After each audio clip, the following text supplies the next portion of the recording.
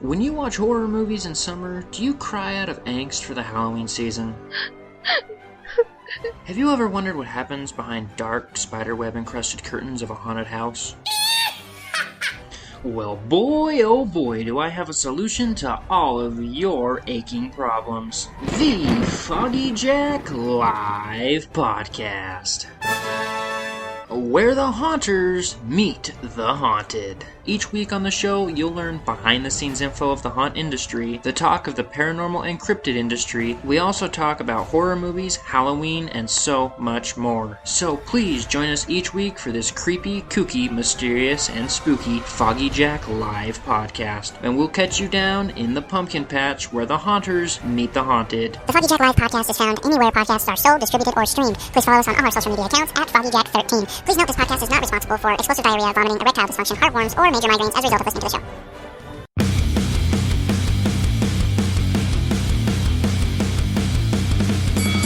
Welcome to the NXT Podcast, your home for weekly NXT reviews and insight. The beautiful part of NXT is that when one dream ends, another dream begins. Find all of your NXT news, recaps, and analysis right here. So with that being said, we only have one question for you. Are you ready? We thought so. Let's get the show started right now.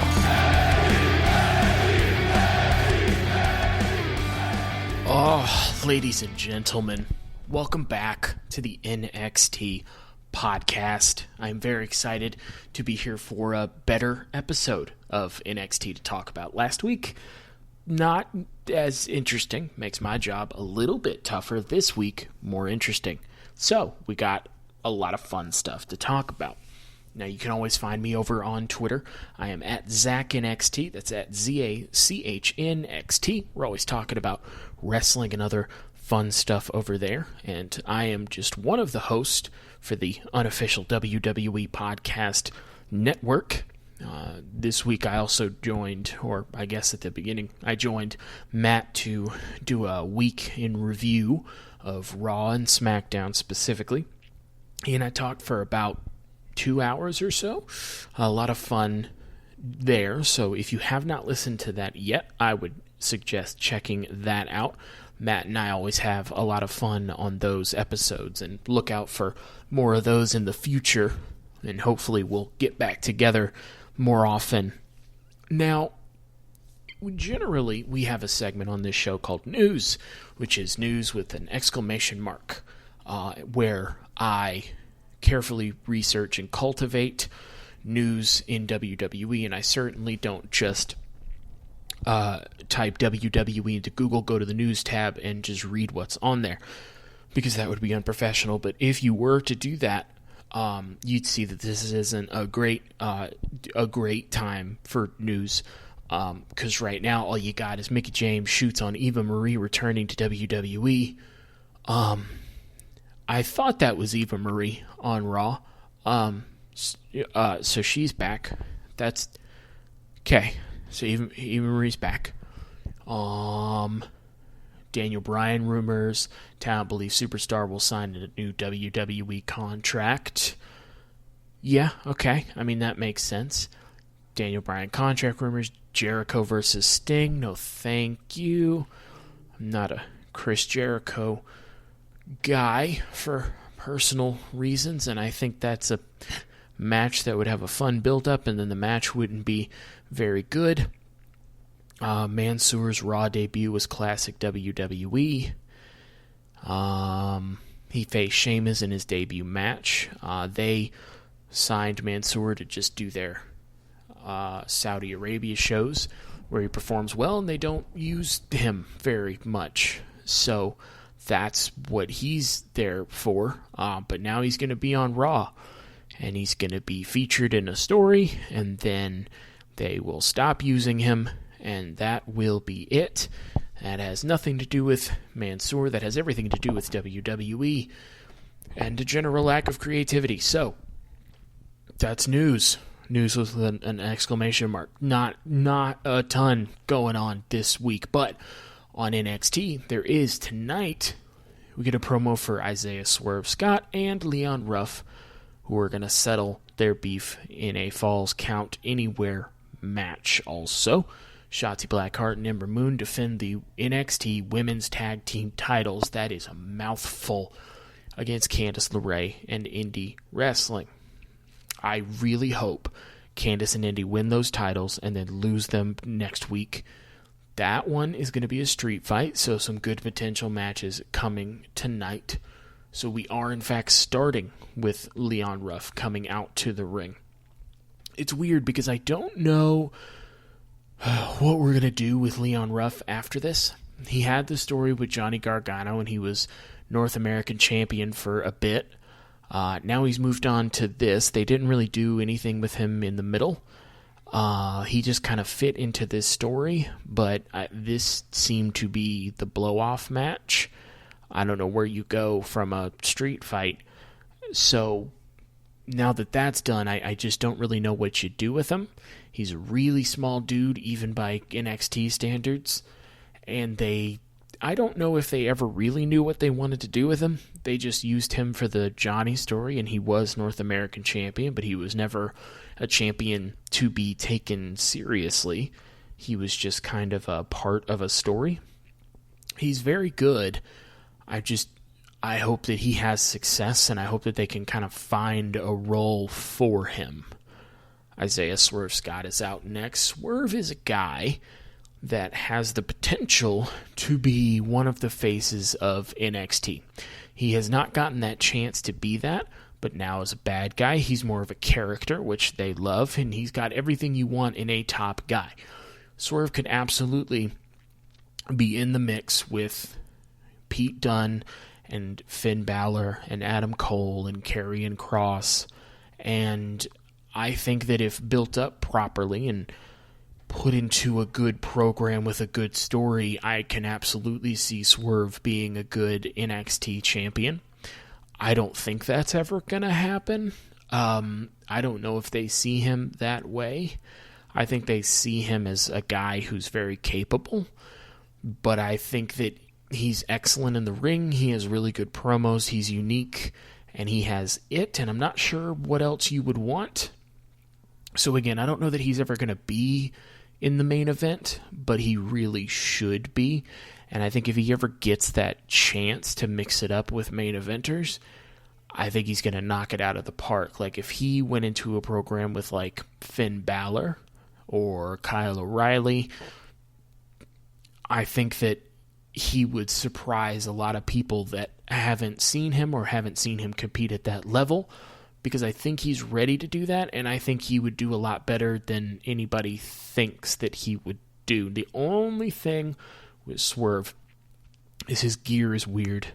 It's not quite full tights, and it's not the underwear-style trunks, and it needs to be full tights. He has, like, tights that are the length of football pants and knee pads, and it looks real weird to me. It looks like he didn't have his gear and had to borrow his younger brother's tights, and they're too short for him. And it makes him look a little bit like a little kid, so that's probably the problem. Early in the match, Ruff tries a dive to the outside, and Swerve catches him on his shoulders and basically FUs him onto the ring apron real hard. So these two are going to try to murder each other today. You love to see it. Also, Leon Ruff is really, really good at selling things like he's dying. It really adds to his matches. He's a real small, skinny dude, so when he's getting beat up and he's really good at selling anyway, it just makes it more believable that he's dying. And that's good. So when you put him in matches, you could put him in matches with heels like Swerve, and when Swerve is on offense, Leon Ruff is just dying a slow death, and that helps build the match up more than if you had somebody in there that doesn't sell as well. On the other hand, Swerve is really good at being a bad guy. He seems to be enjoying himself, which doesn't always happen. Sometimes people become a bad guy and you can tell that they're just doing an imitation of what a bad guy is, and they're mugging for the camera, but it's not like authentic to them at all, and they're just not comfortable in that space. But Swerve isn't doing anything flashy with his entrance anymore. He's just looking around like he knows he's better than all of you, and he's very cocky and confident. His entrance isn't as flashy anymore. He took out some of the higher flying stuff and is basically a fighter. So he's really changed, and again, that doesn't always happen, but Swerve is talented enough to do it and make it believable. And Swerve gets some help from his posse because it's a street fight, no disqualifications, and he ends up pinning Leon Ruff in the middle of the ring, so Swerve wins. That was an excellent match, and when it was over, and especially when the show was over, I thought it should have been the main event. It was the best thing that I saw on the show this week, and I thought it would be as soon as I knew it was happening. We cut to Johnny Gargano and Austin Theory, who are walking into Regal's office. Now, Regal's already in there talking to Scarlett, who looks annoyed that they are there. I cannot imagine what William Regal and Scarlett would have been talking about, because Scarlett speaks in like riddles and speaks like a woman who is really into tarot cards all of the time. And William Regal seems like he would just be annoyed with that. So I would have loved to have heard what they were talking about before those two walked in, because you just needed her to be in there for the story later. But it's very funny to imagine Scarlett in full uniform knocking on Regal's office and setting up a meeting time for later. So Johnny is talk to Regal, and he said he's busy right now. And Johnny says, fine, whenever you have time. And Theory stays behind, and he's looking down at Scarlett, and he says, those are huge. Are they real? They have to be. And it turns out he's talking about her nails, and that's funny because you thought he was talking about boobs, and he wasn't. This is interesting because Austin Theory is certainly more interesting than he was just as a guy. He was probably better off as Seth Rollins' disciple for that short amount of time that he was.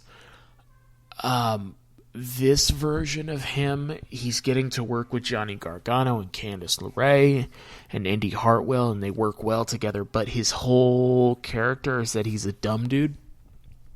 And it's funny a lot of the time, and he's good at it, so it's not a problem. I just wonder if that's all we're gonna get out of this. Like Indy Hartwell and Austin Theory aren't so much the understudies of Candice and Johnny. They're just kind of there, and Indy is now doing this uncomfortable Dexter Lumis stuff, and Theory's just kind of a dumb dude. And I don't know if Theory can be more than that. I'm not familiar with much of his work. But at some point, we're going to have to see more of him if you eventually want to break him off from the Gargano family. I know they're called The Way. The Gargano family is a better name. If he's going to break off from that and maybe have a feud with Johnny at some point, you're going to have to show at least flashes of it, because right now he's just comedic relief, and that's fine, but just eventually. Swerve is backstage with his posse, says that he told you that he was going to beat Leon Ruff tonight. That's exactly what Swerve did, and they leave the building laughing and slam the door in the interviewer's face. So they're gone for the night. I don't know what Swerve does next. The Leon Ruff stuff was kind of just lingering, and now that presumably is over.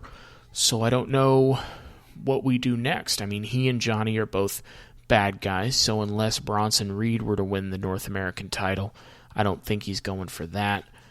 I'm not sure what Karrion Kross is. He acts like a good guy now, so I guess he's a good guy. And Swerve could have a really good match with Kross. I don't know if they would do that. They certainly are focused on later Pete Dunne, Kyle O'Reilly, and Finn Balor. But Karrion Kross isn't losing that title anytime soon, and I think if we needed somebody to face Karrion Kross, although that size difference is something, I think Swerve can have an excellent match with anybody. So we'll have to see what's next. Sarai and Zeta Ramier, I think it was, is going to be tonight. They're the two newest signees to the women's division here in NXT. There's a promo for that. Austin Theory and Johnny come back to Regal's office. They're threatening to beat down the door, and then Austin Theory just knocks on it. Johnny says that's probably a good idea.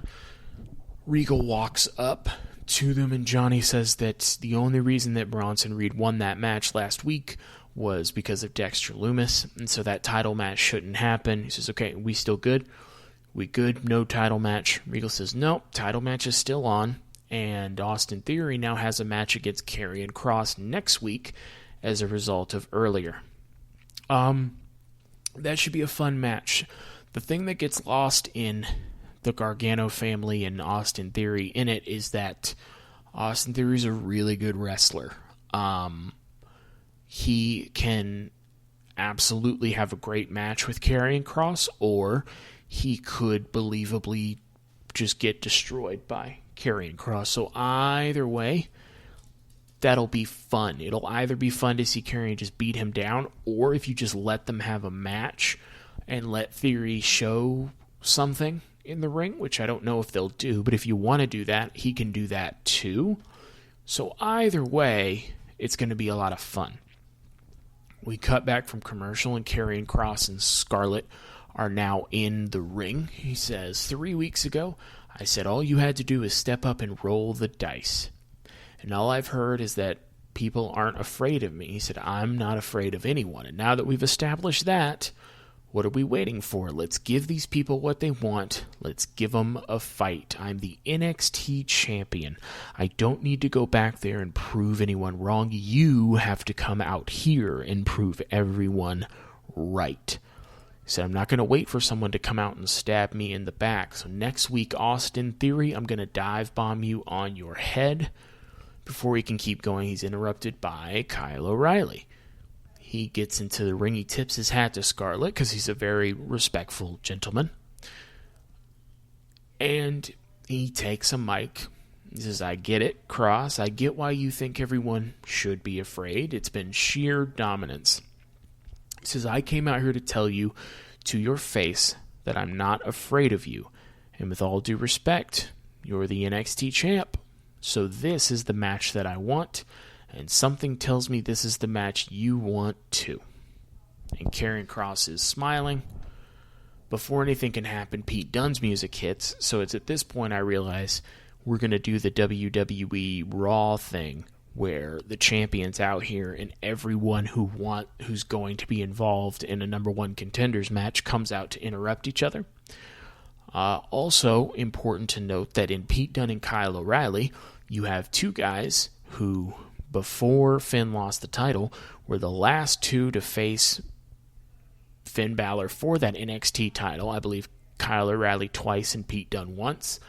And they both got beat clean in the middle of the ring.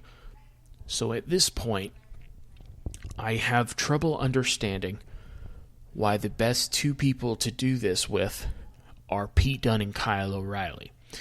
There was absolutely a point at which you could have put the title on Pete Dunne, and I don't know that was ever the case with Kyle O'Reilly, but you could have, I suppose. But you had Kyle O'Reilly lose twice to Finn Balor, and now he's challenging the guy who beat Finn Balor. And then you have Pete Dunne, who couldn't beat Finn Balor and still calls himself the best, who wants to challenge the guy that beat Finn Balor. So I have trouble putting aside the reality that they're not going to have Karrion Kross lose for a while. I would presume that there's a young person on the roster that's eventually going to beat him, and slowly but surely they'll add more human elements to Karrion Kross. They already are, letting him cut promos that are just him talking, him selling more since the Escobar match, things like that. And as you show more and more human elements to him, a human man can be beaten. Finn Balor took him to the limit, even though he lost. So somebody on the roster eventually is going to have all the stars line up and will beat Karrion Kross. But one, I don't think that that's going to happen for a very long time, because I think they love Karrion Kross as NXT champion. And I certainly don't think that it's going to be Finn Balor or Pete Dunne or Kyle O'Reilly. Finn Balor is now a 2-time NXT champion. He had his long title reign. He had just a ton of great matches. I would argue this NXT title run was even more fun than his first one, and his first one was, at a point, the best one ever. So he's had his time with the title. I don't know how much sense it makes to put it back on him. When Stand and Deliver was coming up, I remember saying that I think that Karrion Kross is going to win, but I hope that Finn Balor wins. If Finn Balor had won, I think that would have been... I would have liked it, because I liked Finn Balor as NXT champion, and there were a lot of matchups for him to still have. But now that we've made the decision to take that title off of Finn Balor, it doesn't make a lot of sense to just put it right back on him. Otherwise, what was the point? Pete Dunne, there was a point, again, where Pete Dunne could have been the main event NXT champion. And that was about the point where Pat McAfee was the leader of that group, and then he went away for a bit, and then Pete Dunne kind of became the de facto leader. He was mixing it up with, or rather, he kept coming into the path of Finn Balor, and it was clear that they were going to have a match at some point, but they were saving it. And there was a stretch there where if you had put the title on Pete Dunne, he absolutely could have run with it and could have been main event NXT champion. Then he lost. And then that group went nowhere. And he never really did anything as the leader of that group. And now he's just kind of continually saying he's the best without ever having matches in the ring to prove that, or sustained success in storyline. And so he's not on that level. And he is a performer that is absolutely capable of being at that level. But momentum and the way you're positioned has a lot to do with it. And both of those things have failed Pete Dunne. So there's no universe in which I see Finn Balor beating Karrion Kross. There's no universe or being NXT champion again. There's not really a universe right now where certainly I see Pete Dunne beating Karrion Kross, but Pete Dunne being NXT champion at all, even though he absolutely should be at some point. And I just don't see a world where Kyle O'Reilly's your NXT champion. Kyle O'Reilly is fantastic in the ring. He's one of the best in NXT in the ring. But he's not a super serious character. And the thing with Kyle O'Reilly is promos aren't his thing. He can do them. He's not a terrible promo, but he's not a good one either. And that is something that shouldn't be a problem. You could get him a manager. You could have him not cutting traditional WWE promos. But at the end of the day, it's a pretty important thing. It's important enough that Karrion Kross went from a silent monster to a normal speaking guy cutting promos, because when you especially are being featured as a main eventer, one of the things you have to be able to do in WWE, whether it's Raw, SmackDown, or SmackDown, or to a lesser degree NXT, you have to be able to stand in the middle of the ring and cut a 10 to 20 minute promo, or be in a 10 to 20 minute segment where all you're doing is talking and maybe there's some action at the end. And I don't think that Kyle O'Reilly can do that. Not to mention the fact that Kyle O'Reilly had 2 chances to be NXT champion and lost both times to Finn Balor. So again, I don't see why he would go against the guy that beat Finn Balor. So it makes sense that it would be one of these 3 to challenge Karrion Kross next. So presumably next week, Karrion Kross will beat Austin Theory, and then these 3 will figure out how to do it, or rather figure out who's going to get the title shot. Maybe we'll have a triple threat match and just move on from there.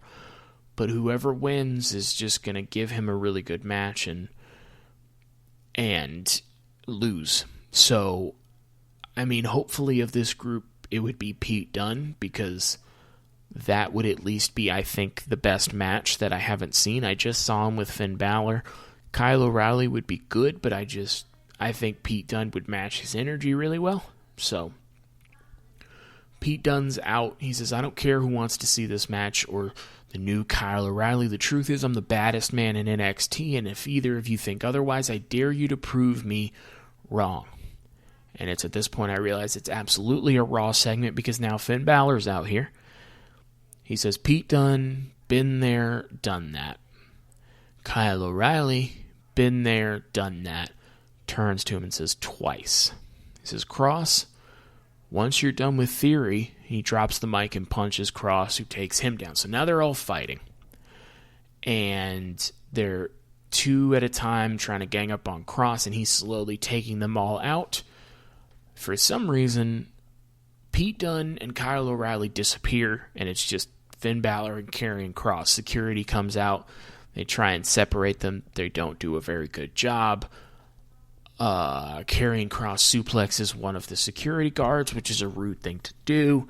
And they're finally separated. They get Finn Balor to the back. I don't know where Pete Dunne and Kyle O'Reilly went. I don't know why they had to do the loser thing of just roll out of the ring and stay on the apron, or rather on the floor by the ring, so you're not in the camera shot, which is just gotta feel like the least important place in the world when something like that's happening. It's weird to feature all 3 of them as potential challengers, and then only Finn Balor is the one that can stand up to the champion. That seems weird, but whatever. So now Theory and Gargano come out, and they're double-teaming Kross, and Kross overpowers them. But then Johnny hits a super kick, and Austin Theory hits a super kick, and then they hit a simultaneous super kick. That's harder to say than I thought. And then Johnny hits Kross with the North American title. That gets the job done. So he's laid out, and Johnny is yelling at him, you want to mess with him, you're messing with me. And Theory and Johnny, as we cut to the back, are now leaving the building early. The interviewer asks, what about Candice and Indy's match? He said, we know they're going to win. This is their night. We're just going to go get the celebration started. And they quickly get in their car and peel off, very clearly worried about the consequences of their actions. They're selling this like, yep, you got one up on him tonight, but now you just pissed Karrion Kross off more. So again, that match next week should be a lot of fun. Cutting back for break, Zeta Rainier is already in the ring. Sarai is out next. Potential problem here. They really want Sarai to be Asuka and or Io Shirai. Now, I am not familiar with Sarai's work outside of the 2 matches I've seen her in. I do not know if she is Asuka or Io Shirai or not, but they really want her to be. Naturally, Sarai wins. And she's good, but again, they really want you to understand that she's a big deal, and they might be doing too much. Like, they have banners with her face on it that come down when she's in the ring after she wins, and they have pumped her up on every show as like the biggest thing in the world. And it helps to establish somebody as a big deal coming in. I get that. I think we might be pushing it a little bit here by basically like acting as if Asuka and Io Shirai are back in NXT and she's like the biggest star in the world and having banners. And I can't decide if her music is good. It goes from like poppy bad to like a cool riff in the middle, and then the poppy bad part comes back again. And I don't know about that. So she wins. They should probably put her like in a feud, because this is... Now I've seen her moves in 2 matches. I'm ready for her to like be in a feud. So we cut from break, and Legado del Fantasma is out. Basically, Escobar wants a shot at the Cruiserweight title, and the 2 guys whose names I never remember want a shot at the tag titles. We knew that. Kushida pops up on the screen. He says, Escobar made a mistake last week. He says, next week, me versus you for the Cruiserweight title. So Kushida's already accepted. Presumably MSK will accept as well. I would not think that Kushida would lose the title back that quickly. I mean, maybe he should, so he's not stuck in the Cruiserweight division. I don't know. The MSK would probably accept as well. MSK aren't bad. They're just not super interesting at the moment because they came in during the Dusty Classic tournament. You got a couple pieces on them and that's it, and they quickly won the tag titles when Danny Burch got hurt. And NXT doesn't really have a fledged, much less full-fledged tag team division, so we often don't see a lot of tag matches. So you tend to forget that there are tag team champions. The women's tag titles that were just created are featured more than the men's, which doesn't make a ton of sense because they just threw that together. So we have one of our matches of the Cruiserweight title. Presumably at some point they'll also set up the tag match. So now, for some reason, our main event is Shotzi and Ember defending the NXT women's tag titles against Indy and Candice. A reminder, they could have just had them win the Dakota Kai and Raquel Gonzalez win the WWE women's tag titles from Nia Jax and Shayna Baszler. Those titles also don't mean much because they don't do much with them, but they were like established. But they had them have a bad match with a worse finish, and Dakota and Raquel didn't win. I forget what it was. I think the ref didn't recognize a tag that had happened, and instead of that leading to a rematch where Dakota and Raquel win and prevail and bring the titles to NXT, which would have been cool, they just let it go, tucked their tail between their legs, and just made their own tag titles. So, and then gifted them to Dakota and Raquel. As a reminder, these titles are a joke and could not matter less. The champions were given the titles and were put in a match later that night and lost those titles on the same night. And that's really funny. And I wanted every time the champions defend these titles, they lose and we get new champions every time, because that is the funniest option. And frankly, that's the best we're going to do. They have a long match. It's very good. Candice hits Shotzi Blackheart with brass knuckles and then basically stomps her onto a steel chair, and Candice and Indy win the tag titles. It was, again, a very good match that does not matter at all. So that's it for NXT. We still need to find a number 1 contender for the NXT title. Johnny Gargano and Bronson Reed, I think, is next week. I'm not sure. Austin Theory and Karrion Kross certainly are. Hopefully we get to see Io Shirai back at some point. I don't know if she's going to move up to the main roster. I hope not, unless she really wants to. And hopefully Shirai gets into like a real feud. MSK should be back next week to address that tag team title challenge.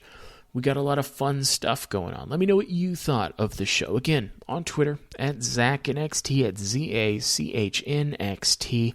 I always love to hear your guys' thoughts on the show and anything else you want to hear on this one. But that is it for NXT, which means that is it for me.